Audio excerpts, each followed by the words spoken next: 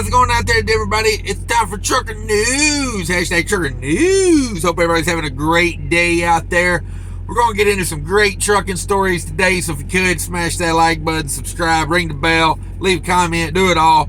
I got some great stories for you here today. You're going to want to stick around for this one. I promise you, money back guarantee, you're going to dig it. You're going to dig it. Let me do a little computer adjusting here. First story of the day, Prologis, the warehouse company, $26 billion, you know, we throw around billions in these deals now like it's nothing.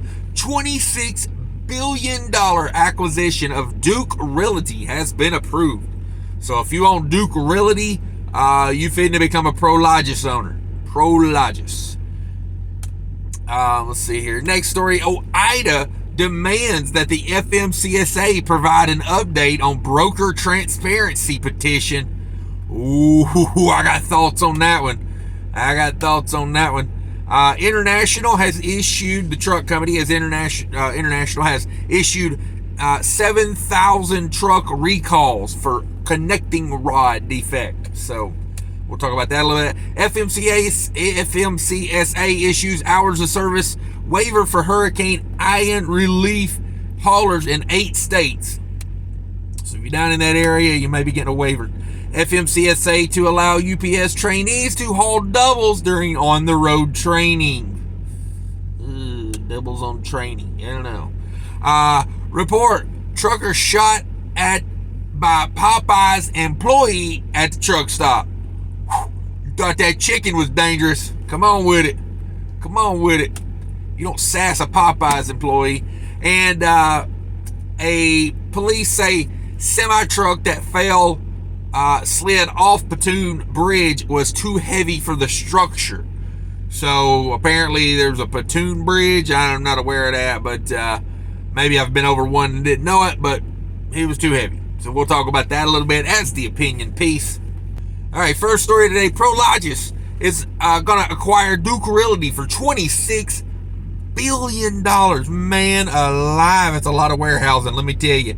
Prologis announced Wednesday after the market closed that shareholders had approved the proposed $26 billion all-stock acquisition of Duke Realty in separate votes, both held Wednesday. 87% of Prologis shareholders and 85% of Duke Realty shareholders agreed to the terms of the merge upon consummation of the merge. Duke Realty shareholders will receive 0.475 of a newly issued share of Prologis common stock for each Duke Realty common stock they own immediately prior to the effective time of the merger. The issuance of new Prologis shares and the assumption of Duke's nearly $4 billion in debt make up the purchase price. There you go. The deal is expected to close early October, subject to closing conditions, released stated. A worker adjustment and retraining notification issued September 16th pointed to a scheduled closing date of Monday. The notice showed that Duke Realty is laying off 120 employees, half of whom are in the accounting and IT department as part of the transaction. Acquisition price $25.6 billion. Duke Realty annual revenue $1.1 billion. They have 167 million square feet of space, whereas Prologis has an annual revenue of 4.8 billion, so about a little over 4 times the size here. So there you go. They're going to finance it with company stock. So if you're one of the owners, there you go. You've got a transition coming. You're finna be Prologis. Ooida demands that FMCSA provide an update on broker transparency petition. Ooh, them boys out there screaming broker transparency, they don't get it. They're looking down a telescope. You know what I mean? They got tunnel vision. Because I'm gonna tell you right now, if you think they get broker transparency, you think they're gonna stop there? You damn right they're not. They're gonna be all up in our business as truckers. So why on earth do you think it's a good idea for us to know what the brokers are making? Because then they're going to know what we're making. And then they're going to cut everybody to the bone. I'm telling you, you guys out there crying about this, you're not going to get what you want. you're going to think, oh, we won, rah, rah, rah, us. And then they're going to be up in your business next. They're going to be up in your business. So I say stop with this broker transparency crap. How about Ooida fight for something that's worth fighting for? Hey, Ooida, how about truck parking? You know, how about go fight for that? How about like holding shippers and receivers accountable for detention times? How about go fight for that? This broker transparency crap is a bunch of BS, man. I don't know. If you disagree with me, leave it in the comments. But I can tell you right now, I mean, broker transparency, it ain't a good idea for us truckers. If you think it is, you wrong. OOIDA is asking the Federal Motor Carrier Safety Administration to explain why there has been little movement over the past 2 years on a popular petition asking for increased protection for truckers against unscrupulous freight brokers. Here's the thing. If you think they're unscrupulous, don't do business with them. Can't talk this morning. Need some more caffeine in my life. In a September 28th letter to the FMCSA Administrator Robin Hutchins, Ooida President and CEO Todd Spencer. That's what I think about Ooida's management. That's an official statement. In addition, Ooida requested FMCSA require brokers to provide an electronic copy of each transaction record automatically within 48 hours after contractual service has been completed, and to prohibit explicitly brokers from including any provisions in their contract that require a motor carrier to waive its rights to access transaction records. So basically what it is, you're supposed to be able to get copies of any, of all the transactions involving a load after you've done the load within 48 hours or something like that of request. I mean, you can do it right now, but it's not to me, it's like you already agreed to do the load. You agreed to a price, and now you want all this other information. And it's like, if you think they're ripping you off, don't do business with them. It's like people asking me being leased onto a carrier. Oh, well, what if they're skimming the rate con? What a first chance I think they're skimming a rate con, I'm leaving. I'm bouncing, I'm out. Don't do business with people you don't trust. It's just pretty simple stuff. But whatever. International is going to recall 7,000 trucks due to a connecting rod defect. Let me tell you do not want your connecting rod coming off. Let me tell you. Navistar, the owner of International Trucks, is issuing a recall for thousands of International trucks due to an issue that could result in sudden engine shutdown. Ooh, not good.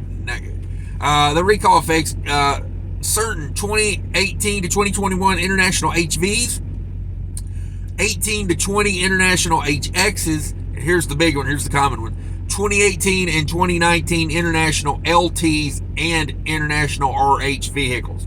So if you own any of that, you need to contact the National Highway Traffic Safety Administration or get a hold of International. The total number of recall will be 6,883. Navistar is expected to mail out notification letters on November 14th. So, wow. That could be a while. Truck owners with questions can contact Navistar customer service at 800-448-7825. There again, that's 800-448-7825. Reference recall number 22518. 22518. There you go, guys. Trying to keep you safe out there. FMCSA is going to issue hours of service waiver for Hurricane Ian relief haulers in 8 states. Come on with it. FMCSA has issued a regional emergency declaration in anticipation of the potentially catastrophic effects of Hurricane Ian, however you want to say it. FMCSA issued the emergency declaration on Wednesday, September 28th, in response to the Hurricane Ian, however you say it, rains, blah, blah, blah. The 8 states include Alabama, Florida, Georgia, Kentucky, Mississippi, North Carolina, South Carolina, and Tennessee. Emergency declaration provides relief from requirements for maximum driving time or for property carrying vehicles, the maximum driving time for passenger carrying vehicles. The emergency declaration goes into effect immediately and will remain in effect until the end of the emergency or until October 28th, whichever is earlier. FMCSA to allow UPS trainees to haul doubles during on-the-road training. This goes back to that. Everybody's got to have an exemption of some sort, don't they? Oh, FMCSA makes a rule. I'm gonna try to get around it somehow. And UPS has done it. Federal Motor Carrier Safety Administration has granted a regulation exemption requested placed by UPS that would allow commercial learners permit holders to be trained on twin trailers. In a notice to be published in the Federal Register on September 28th, FMCSA agrees to grant UPS request for a 5-year exemption for commercial driver's license regulations that prohibit employees or employers from allowing individuals to operate a commercial motor vehicle during any period in which the driver does not have a CLP or CDL, learner's permit or driver's license, with the proper class or endorsement, as well as rules that prohibit the state's driver license agencies from issuing doubles, triples endorsements. So there you go. Under the exemption, FMCSA will allow UPS to conduct behind-the-wheel training for commercial learner's permit holders in twin 28-foot trailers instead of waiting to conduct the training until after the individual receives a Class A CDL and passes the knowledge test to obtain the doubles and triples endorsement. So there it is. Here we go back to crony capitalism. See, I love capitalism, but in this country, we don't have capitalism anymore. We have crony capitalism, which means if you got enough money, you're more important than God. UPS can, throw these petitions and throw this lobbying money around and get every little thing they want. To me, you shouldn't be pulling doubles down the road until you got a doubles endorsement. I mean, it's just me. Just a thought. I mean, I got my doubles endorsement. Too bad I had to go get that and waste my time when these guys can just cruise down the road on a learner's permit with no endorsement pulling doubles. To me, it just seems like bullshit. It's bullshit. I mean, it just is. It just is. I can't stand this. Like, you're UPS. Yeah, you're a juggernaut. You're the big boy. But why are you any different than any of the others? UPS requested the exemption because the company currently requires all Class A CDL drivers to be qualified to operate twin 28-foot trailers and seeks to include on-the-road double training in its initial driver training program rather than waiting until the driver earns a CDL first. Yeah, why wait till they have a CDL in the endorsement? Hell, we're UPS. It ain't right. It ain't right. What do we got here? Next story. That one ails me. Let's go to the next one. Trucker shot at by Popeyes employee at a truck stop. Yeah, I'm going to tell you right now, before you cop an attitude with a Popeyes chicken employee, you better be careful because they might have a gun. I kind of look at everybody like that before I cop an attitude. I'm like, they could put a hole in you. Try not to be too riled up, I know when you just gotta have that Popeyes chicken. Come on, loving me some Popeyes. And they finger licking good, I reckon. Before you get that chicken, you're probably hangry. He's probably in there all hangry, raising hell. Wait, they'll be raising Cane's chicken. He'd be raising Popeyes in there. You gotta watch it. A man turned himself into police after shooting at a trucker at a TA truck stop and fleeing the scene on Sunday. Ooh, boys. You think you're gonna cop an attitude because you're a big tough trucker? He pull out a gun, shoot you, then bam. We pouring pee bottles out, for your homies. The incident occurred on September 25th in Hanover County, Virginia. According to ABC 8 News, deputies responded to the TA truck stop in Richmond after receiving reports of a shooting. When officers arrived, they spoke to a man who told them that another man had fired 2 shots at him with a handgun while in the parking lot at a truck stop. Trucker told police that the 2 men had a disagreement inside of the business before shooting. Can I get another pack of ranch sauce? What did you say to me? That's probably how that went. And the man fled the scene before police could arrive. Journalist John Burke reported that trucker did not return fire and the man who shot at the driver was a Popeyes employee. Damn it, boy. The suspect was identified as 42-year-old Nathan Russell Bullock, and a warrant was issued for his arrest. Bullock turned himself into the police Monday, September 26th, as being charged with attempted malicious wounding. What the hell is that? I don't know. I mean, from where I come from, if you pull a gun, you're trying to kill somebody. You know what I mean? There is no warning shots. So how this is not attempted murder, I don't know. It's attempted malicious wounding. I mean, you shoot a son bitch in the head, and you're probably gonna kill them. I'm just saying. Just because your aim is bad, don't mean they should cut you any deals on sentencing. And the use of a firearm in the commission of a felon. Yeah, imagine that. He was a felon too. Imagine that. Oh, who thinks he got that gun legally? By the way, who thinks gun control stops this guy from owning a gun? Right? Probably 10 laws on the books that says that guy shouldn't have a gun. But look.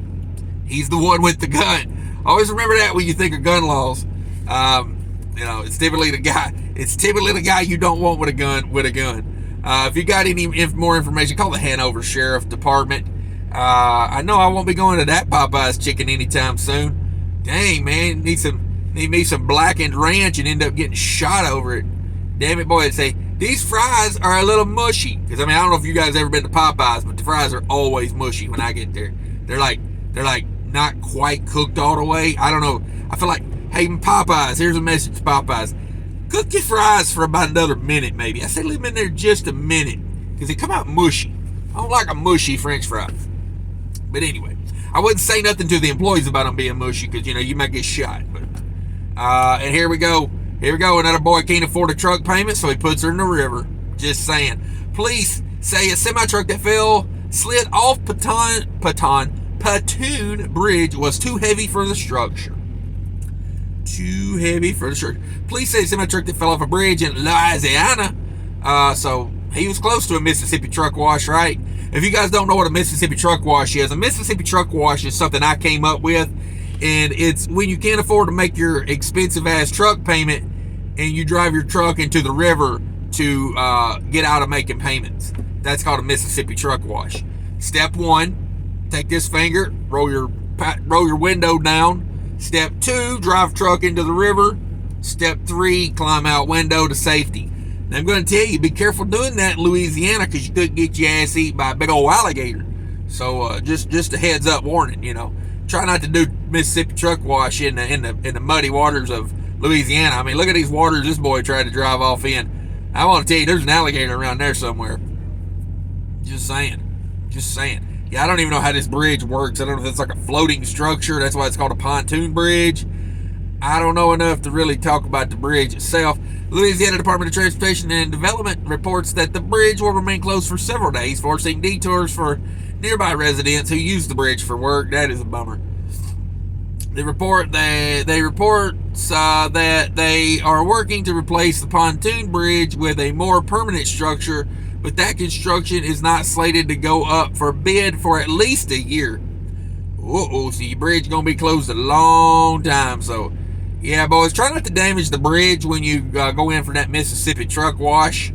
Just saying, it ain't a good look for us. We don't need to be putting trucks in the river and knocking people out of going to work.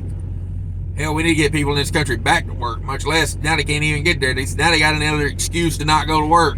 Oh, the bridge is out. I can't go to work today. So there you go. But that's Trucker News, guys. I hope it informed you. Smash that like button, subscribe. Go check out my second channel. All that stuff down in the description. Hang around for some great information. Thanks, everybody. Have a great day. Hey, everybody. Thanks for sticking around. Just want to talk to you a little bit about a company I'm partnering with. Mighty Products, spelled M-Y-T-E-E. You flatbed guys probably already know them. They are huge into flatbed.